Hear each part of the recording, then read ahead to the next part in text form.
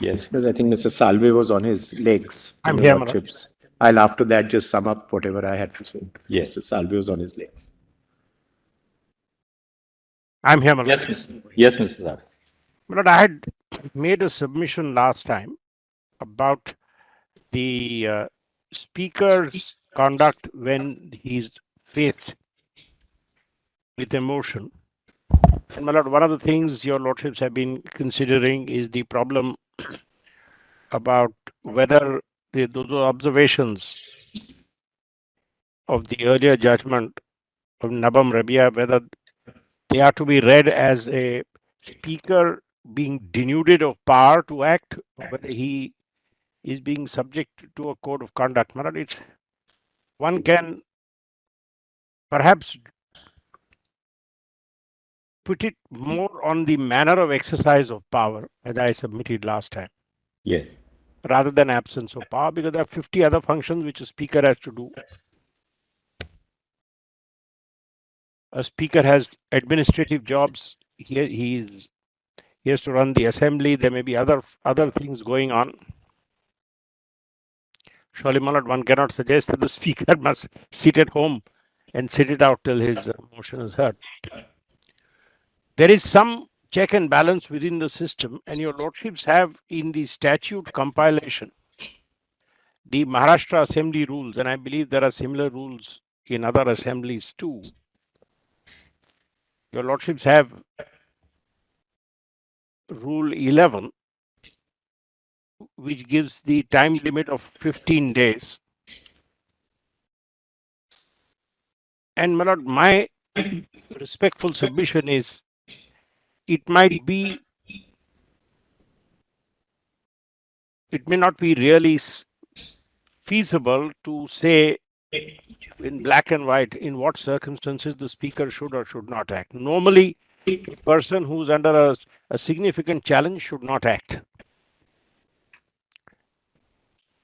If, my lord, a speaker, look at I mean, it's now academic, but the reason why we went to court is the speaker did not even give the period which you have to give for a reply under the rules.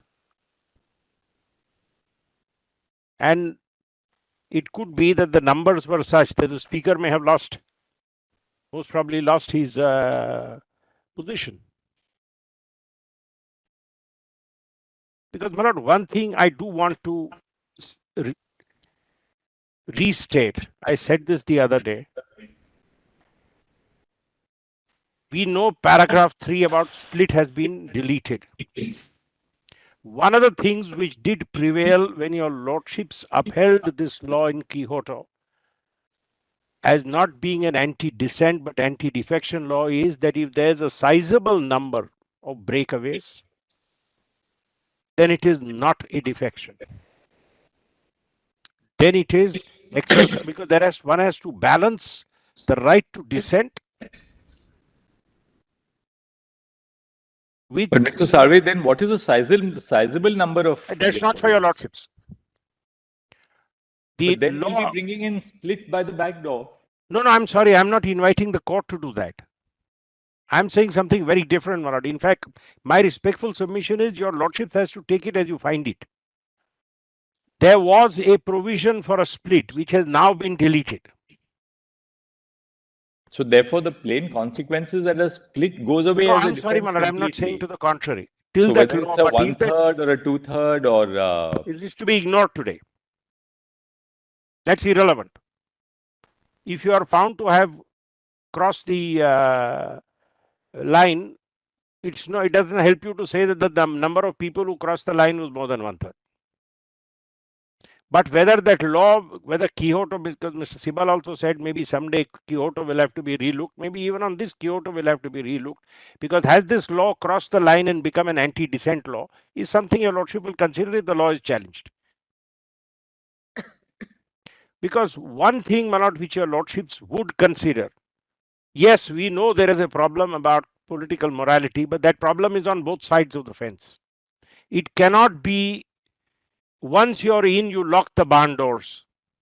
To say that a person becomes chief minister if his entire legislative party is rebelling against him, You must wait till he goes to the election commission, then they get the party split at the election commission level. And then what happens? I go to the election commission and say, we are the real party. You come and have all your legislative members disqualified because no split now. So you come to the speaker and say, all my entire party is rebelled, throw everybody out. I'm the sole person, you can't remove me from chief ministership. Well, this is surely not what the law was meant to be. So all I'm saying is, yes, we know there is a problem. And the legislature has tried to address it by bringing in the 10th schedule to the extent it has. But this overstatement saying, because this is so, you must unscramble everything, you must transfer everything to Supreme Court, a resigned chief minister must be asked by a mandamus to come back and take office, or his accept of his resignation must be set aside. God knows, my lord, what sort of reliefs have been asked for. So, my lord, my respectful submission is, and even as far as the governor is concerned, the solicitor is addressing your lordships. But since one of the issues does arise, is challenge to the governor's order. My lord, one thing which Bomai has laid down and laid down very clearly is that floor tests are not to be in Raj Bhavan, floor tests are to be in the assembly. Head counting is not to be done in Raj Bhavans because that is the root of a major evil. Whenever there is a question mark on the ability of the chief minister to command confidence of the house, the governor must call for a vote of confidence. The governor must not entertain people in Raj Bhavan and do head counting. Now that's the law your lordships have laid down to prevent politics from entering Raj Bhavan, if at all that is possible. So, my lord, when the governor calls for a vote of confidence, why should a chief minister continue in office even one day if he doesn't command the numbers? So yes, there is a problem of horse trading. But you are also leading a party. If there is a problem within your party, the problem is not only to be resolved in courts. So, my lord, my respectful submission is getting into this thicket is inviting your lordships to depart from established constitutional principles which are judicially manageable. We have judicially manageable standards. Your lordships have said floor tests are the test. Let democracy play out in the floor of the house. That's a lodestar of this law. The governor did nothing wrong in calling for a floor test. Yes, Council. Yes. Yes. So, my lord, my respectful submission is on the 3 steps. As far as the Navam Rabia judgment is concerned, first of all, that question doesn't arise, and it's not a matter which is free from difficulties. But if your lordships are persuaded to get into, my lord, relooking that judgment, then there has to be some discipline.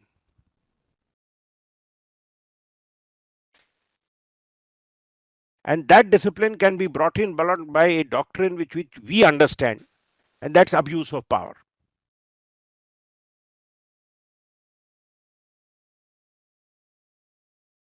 So, my lord, it's not absence of power, it's the manner of its exercise. And if in the facts of a case you find that there is abuse of power, a speaker has jumped the gun and done something which he shouldn't have, the courts are there to remedy it. So, my lord, that is the submission as far as Navam Rabia is concerned.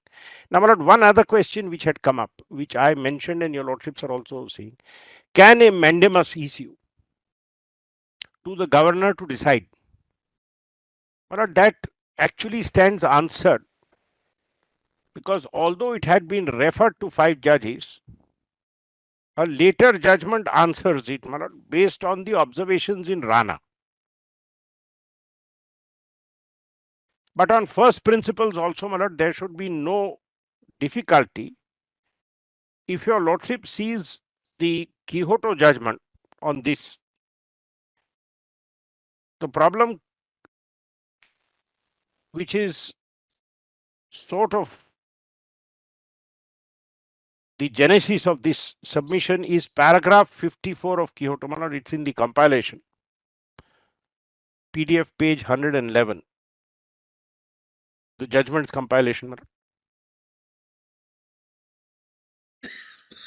And the limitation on judicial review comes out of paragraph 7.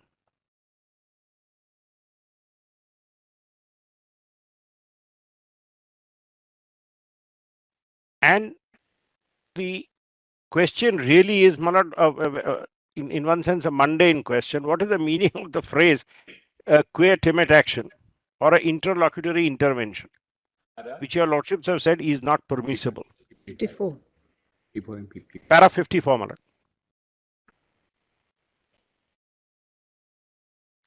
So second compilation or third? Second one. Second. Judgment 2. Yeah, judgment 2, PDF page 111. Oh, that's at least the page which I have.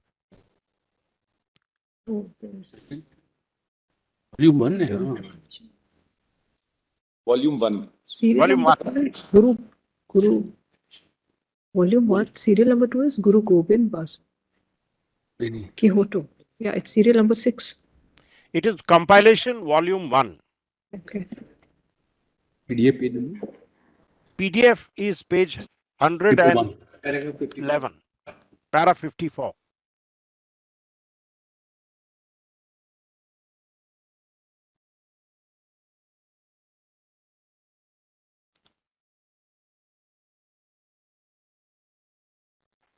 And this is, my lord, discussing paragraph 7.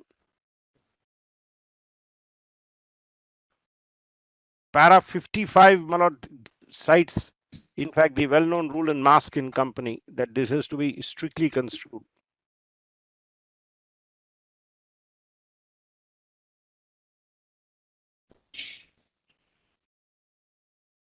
And once your lordship has held that the speaker is a quasi-judicial tribunal,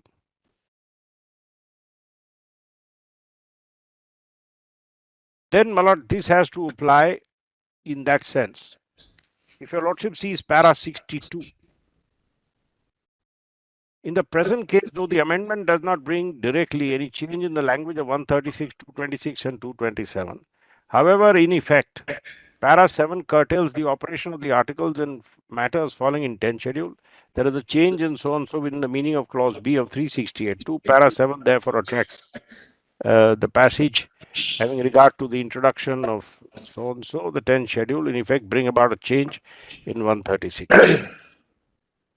So, my lord, it is in this context that your lordship said you cannot have a quietimate injunction in para 54. Now, today, my lord, law has moved far ahead, including, my lord, the proposition that even by constitution amendment, you cannot water down 226. We have had the later cases. But, my lord, I don't see this as a problem on the issue which your lordship is considering. The later judgment, where Justice Nariman has gone into the definitions, a 3-judge bench, my lord, 2020 SCC online, SC page 55. In this very bundle, your lordship will find it at page 1324.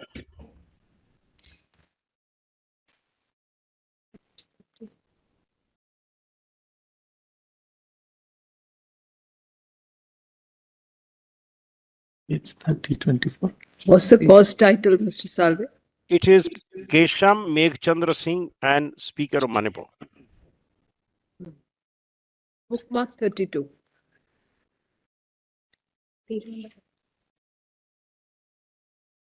Some. There are two, 31 and 32 both. I think this is 32. 31 was the first one. Right. 31. 31. Yeah. It's a bench of 3 learned judges. Man. Yes, we do have. What your lordships did in this case, because here this question came up, your lordship said we have referred it but without noticing that the matter already stands answered by Rana.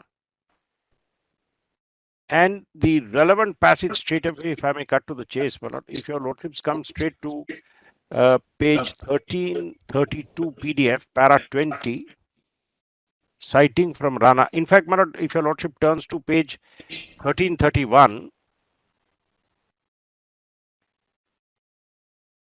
from para 15, your lordship starts citing Rana's judgment.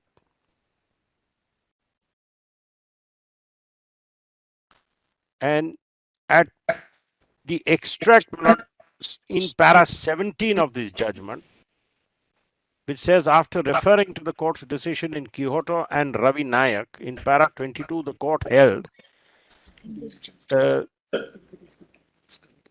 then in para, your lordship's extract para 22, suffice it to say, decision of the speaker on 6 September was not immune from challenge before the High Court on 226, 227. The court then went on to hold, then para 25, on the scheme of 102 and 191 of the 10th schedule, the determination of the question of split or merger cannot be divorced from the motion before the speaker seeking the disqualification of members, therefore not possible to accede that under 10th schedule, speaker has an independent power to decide that there has been a split or merger as contemplated by para 3 and 4. The power to recognize a separate group in parliament may rest with the speaker on the basis of rules of business, but that is different from saying that the power is available under the 10th schedule to the constitution independent of a claim being determined or a number of members had incurred disqualification. To that extent, the decision of the speaker on the hand cannot be considered to be an order in terms of the 10th schedule. The speaker has failed to decide the question he was called upon to decide by postponing a decision thereon. Well, this is the starting point of the proposition. Therefore, there is a failure to do your duty. It's a tribunal which fails to do the duty. Then, Malad, in the next para, about 6 or 7 lines, Malad, there is a line which is underscored and it says, the failure on the part of the speaker to decide the application seeking a disqualification cannot be said to be merely in the realm of procedure. It goes against the very constitutional scheme of adjudication contemplated by the 10th schedule read in the context of 102 and 191 of the Constitution. It also goes against the rules framed in that behalf and the procedure he was expected to follow. And then, my lord, your lordships, if your lordships turn to page 1332, the extracts in para 20 of your lordship's judgment, your lordship start by saying the court then adverted to the scope of judicial review being limited as was decided in Quixote as follows. And then, my lord, after those passages in Quixote, para 40 is set out, my lord, at the foot of that page, which says, coming now to the case in hand, it is clear speaker in the original order left the question of disqualification undecided. Thereby, he failed to exercise the jurisdiction conferred on him in para 6. Such a failure to exercise jurisdiction cannot held to be covered by the shield of para 6 of the schedule. He has also proceeded to accept that a split being merely on a claim, he has entered no finding of the split in the original party was prima facie proved or not. The action was apparently based on his understanding of his ratio of Nayak. He misunderstood the ratio. Now that we have approved the reasoning and approach of Jagjit Singh and the ratio is clear, it has to be held speaker has committed an error which goes to the root of the matter. So fundamentally, even a limited judicial review has to be interfered with. Therefore, no hesitation in agreeing. In view of our conclusions above, nothing turns on the arguments urged on what were described as significant facts on the alleged belatedness of the amendment to the writ. It is indisputable order was originally subjected to the writ. Speaker specifically refrained from deciding the petition. On our reasoning, clearly there was an error which attracted the jurisdiction of the High Court in exercise of the power of judicial review. So your lordships have said failure to decide itself is a jurisdictional error which can be corrected under 226. Reviewed under 226. So this question already stands answered. And then in para 24, I want to take your lordship's time reading it beyond that one definition in blacks. A quietimate is because you fear or you apprehend. Now here there is no fear or apprehension, my lord. If a speaker is not deciding something, there is no fear or apprehension. It's an established fact. Then, my lord, para 29 and 32, and then I'm done with this, my lord. Para 29 is at the foot of page 1334. The reading of the decision shows that what was meant to be outside the pale of judicial review in para 110 of Quixote are quatimate actions in the sense of injunctions to prevent the speaker from making a decision on the ground of imminent apprehended danger, which will be irreparable in the sense that if the speaker proceeds to decide that a person be disqualified, he incurs the penalty of forfeiting his membership of the House for a long period. 110 and 111 of Quixote do not therefore in any manner interdict judicial review in aid of the speaker arriving at a prompt decision as to the disqualification under the provision of the 10th schedule. Indeed, the speaker in acting as the tribunal under the 10th schedule is bound to decide within a reasonable period. What is reasonable will depend on the facts of each case, but absent exceptional circumstances for which there is good reason, a period of 3 months from the date on which the petition is filed is the outer limit within which the disqualification filed before the speaker must be decided if the constitutional objective of disqualifying persons who infracted the 10th schedule is to be adhered to. This period has been fixed keeping in mind that the ordinary life of the Lok Sabha and Legislative Assembly of the states is so and so, so and so. And then, my lord, finally, the foot of page 1335, para 32. My lord, after having held all this, please see what your lordships do. It is not possible to accede to Mr. Sibal's submission that the court issue a writ of quo warranto quashing the appointment of the respondent as a minister of a cabinet led by the BJP government. Mrs. Diwan is right in stating that a disqualification under the 10th schedule from being an MLA and consequently minister must first be decided by the exclusive authority in this behalf, namely the Speaker of the Manipur Legislative Assembly. It is also not be possible to accede to the argument that the disqualification petition be decided by this court in these appeals, given the inaction of the Speaker. It cannot be said that in the facts of the present case are similar to the Rana case. In the present case, the Legislative Assembly comes to an end in March 22, unlike the case, unlike in Rana, where the court, but for the court deciding the disqualification, no relief could have been given to the petitioner, etc. The only relief that can be given is that the speaker be directed to decide the disqualification pending before him within a period of 4 weeks from the date on which the judgment is intimated to him.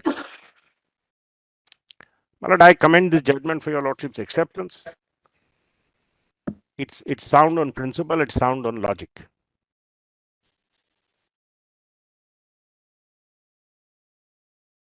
So, my lord, to close therefore,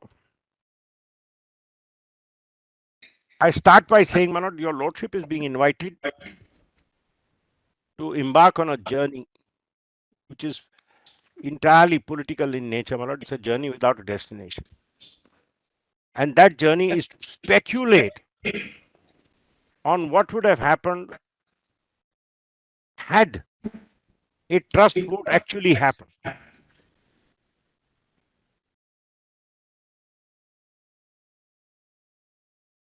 Even in, because your lordships have never come to the conclusion, and I dare say your lordships never will, that the pendency of a challenge to somebody is continuing in the house renders that person legally disqualified until he is requalified by dismissal of a disqualification. So those, till your disqualification is decided, you are entitled to participate and vote. Yes, the system is not powerless. The courts are not powerless. If you find that a trust vote in fact was vitiated by the participation of a large number of people who 3 days later were disqualified, and what has happened is an abuse of the power and abuse of the constitutional provisions, the courts can always intervene.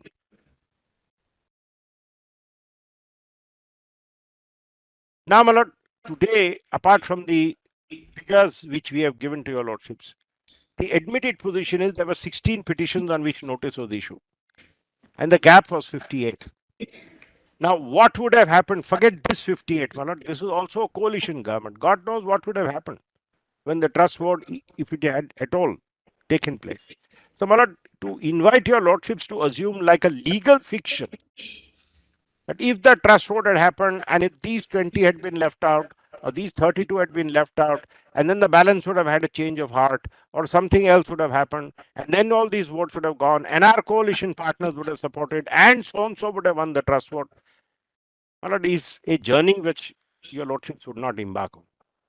Now, if I'm right there, then my lord, nothing survives in the first part of this case. The second part of this case is swearing in of Eknath Shinde. Now, my lord, what did the governor do wrong? A chief minister has resigned. He has to accept his resignation. Another person comes and says, I represent a party on which elections have, I represent a majority in the house. He goes. He has not won the majority. Now, if somebody says that he has won the majority by abuse of power because disqualification petitions are pending, those are matters yet to be resolved. How many numbers, how many are pending, what has happened to the disqualifications? And I do remember a lot before the former Chief Justice, because the tide had turned, as they say. And there were cross disqualification petitions against those who voted against the present incumbent.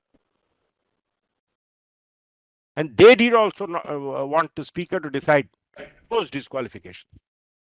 So virtually there was, I remember in one of the hearings, the idea was don't aggravate things, let things lie. That's why things have not been decided. Your lordship will direct in whatever reasonable time, the speaker will decide now all pending disqualifications. If somebody is dissatisfied, you have your remedies under Article 226 if the speaker gets it wrong. That's all that remains in this case now at this stage, is my respectful submission. So that's one broad submission. The second is, my lord, there is no occasion because this. इसको बुलाइए Oh, yeah. दादा Yes, Commissioner. Yes, Mr. Sai. The second, my lord, I was submitting, even this Navam Rabia, my lord, is a very thorny issue. But if your lordships do get into it, then I have made my submission. Thirdly, my lord, there is no impediment in issuing any direction to the speaker to decide. And that's really where this case must now end. Your lordship will direct the speaker within a defined period of time to, my lord, dispose of all pending cases, and the matter must end there. That, my lord, is the submission. Unless there's anything else I can assist your lordship with. Thank you, Mr. Sai. Thank you.